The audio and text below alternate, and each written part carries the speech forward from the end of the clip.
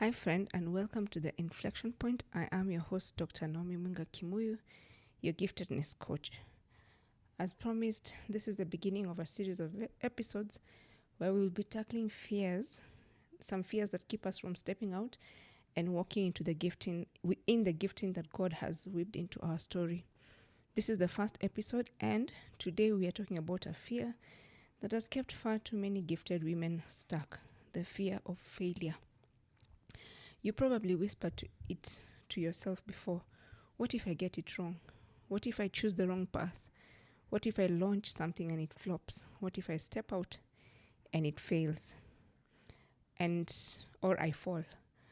I want to speak about that fear today, not with hype, but with truth and grace, and with a reminder that your fear of failure might actually be the doorway to your next level of clarity.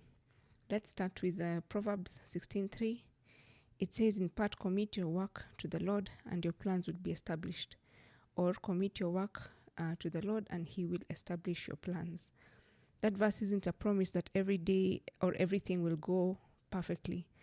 It's a promise that when your heart is surrendered, your steps are secure, even if they're messy. And don't we all know how messy life can be? We wish things can be straightforward, a straight line where we can walk in perhaps. But God promises that when we commit our work to God, he will establish our plans. This doesn't give us the permission to do whatever we want, though. It is an opportunity to seek God for what he wants us to do, align our plans with his, and yes, he will establish those plans according to his word, according to his promises, and according to his purposes. Before we explore those ideas further, let's talk about Peter, Jesus' disciple. The story is found in Matthew chapter 14, verse 22 to 33. I like to read the whole scripture so that we are in the same page. Matthew 14, 22 to 23, I'm reading in the New Living Translation.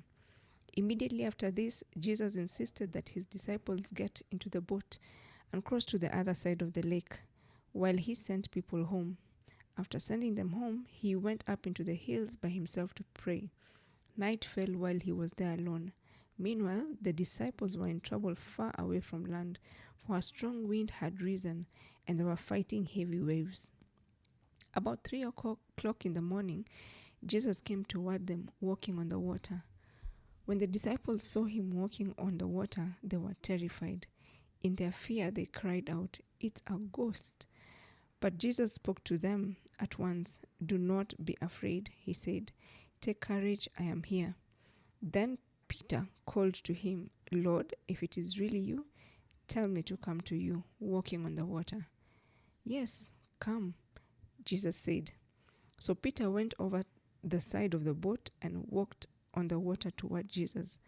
But when he saw the strong wind and the waves, he was terrified and began to sink. "Save me, Lord," he shouted. Jesus immediately reached out and grabbed him. "You have so little faith," Jesus said. "Why did you doubt me?" When they climbed back into the boat, the wind stopped. The disciples worshipped him. "You really are the Son of God," they exclaimed. From this story, we can see that the disciples are in a boat, the wind is wild, and Jesus comes walking on the water. And Peter, in his bold and impulsive nature, says, "Lord, if it is really you, tell me to come."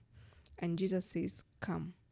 Peter steps out, and for a moment he walks on water. But when he sees the wind, he panics. He sinks. Now, here's what I want you to catch. Jesus didn't scold Peter for stepping out. He didn't say, "Why did you even try?" He said, "Why did you doubt?" Peter didn't fail because he stepped out. He failed because he stopped trusting. But even in his sinking, Jesus reached out and caught him. Friend, God honors movement. He honors obedience. He honors the step even when it is shaky. I've shared this story in another episode, but it's worth repeating. Starting this podcast was something I didn't see coming. After listening to so many podcasts and being influenced so positively, I would wonder once in a while I was listening if I would ever have my own. I loved listening to people bring up challenging Bible-based topic and explore how they practically applied the teachings and how God came through for them. Once in a while, I would wonder if I would ever host my own. But I had fears. What would I even talk about? How in the world does one even start a podcast if I'm to start one? My biggest question was on the topic of discussion. I also wondered if I would reach the level of excellence that the podcasters I was listening to had. Everything sounded so perfect. So one day, I was experimenting with a podcast app that I had been using to listen to the podcast I was listening to, and I discovered I could record something just with my phone. That's it. No fancy equipment. But yes, I did it. I stepped out of the boat and took a step. The rest is history, and here we are. I just started the podcast. At that time, I just thought I was recording my own things by reading the Bible out aloud in different versions. You can see the original episodes.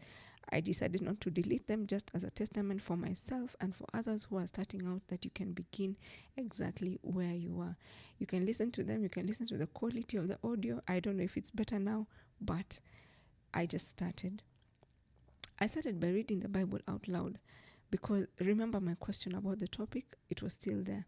I still didn't have one when I started this podcast, or when I started recording the podcast. But I still stepped out and did what I knew to do. Over time, God has been faithful to clarify my message and bring me the resources I need. I still have some way to go, I believe, until I get to heaven or God changes my path. But overcoming that first fear and stepping out as God was leading was the beginning of this journey of speaking about giftedness, which is helping my clients discover how God wired them so they can live a life of impact through their work, life, and ministry. So let me ask you, where are you waiting for perfect conditions before you move? Where are you letting fear or failure keep you from obedience? I want to invite you to stop waiting. You don't need to have it all figured out. You just need to start. And that's why I created the Design to Deliver journal. It's a 7-day devotional tool that helps you uncover your God-given gifts through identity setting and activation. And here's the thing. Just in day 1, something will shift in you. I can guarantee you that.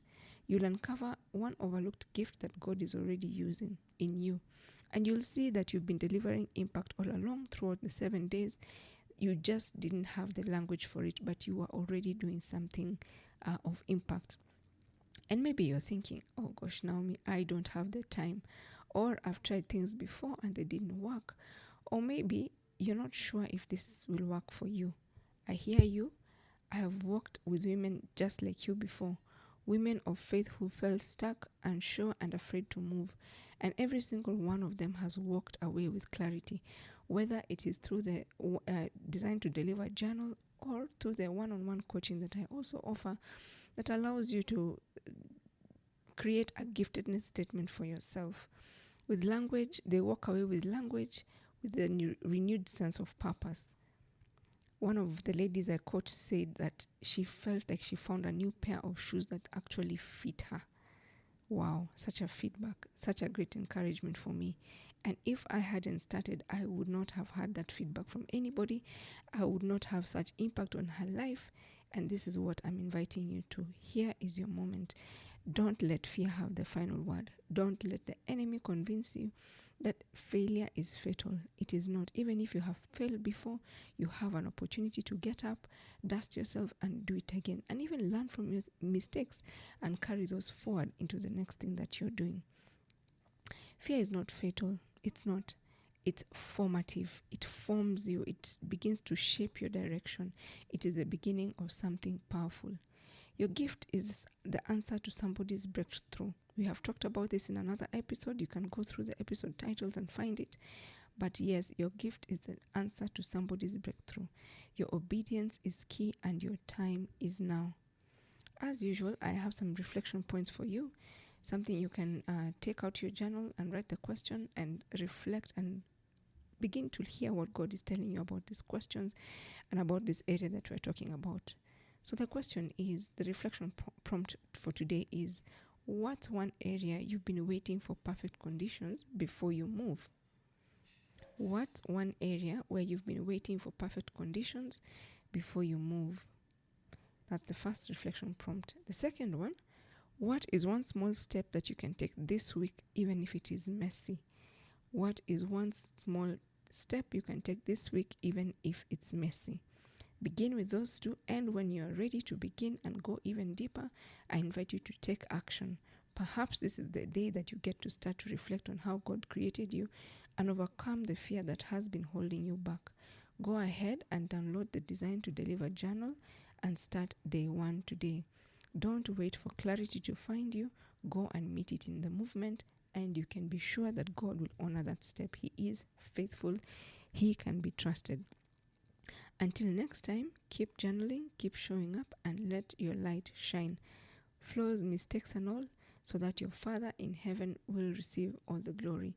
At the end of that passage in Matthew that we just read, the disciples were in awe of Jesus at the end when Peter and Jesus got back into the boat, and they worshipped him. And that is the purpose of all this, that God may shine through you as you walk in your giftedness, as you do the things that God has called you to do, as you step out in confidence, overcoming your fears.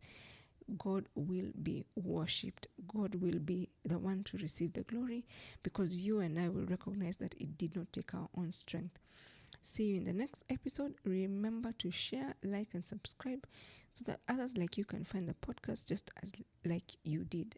Be blessed and stay out of fear. Bye-bye.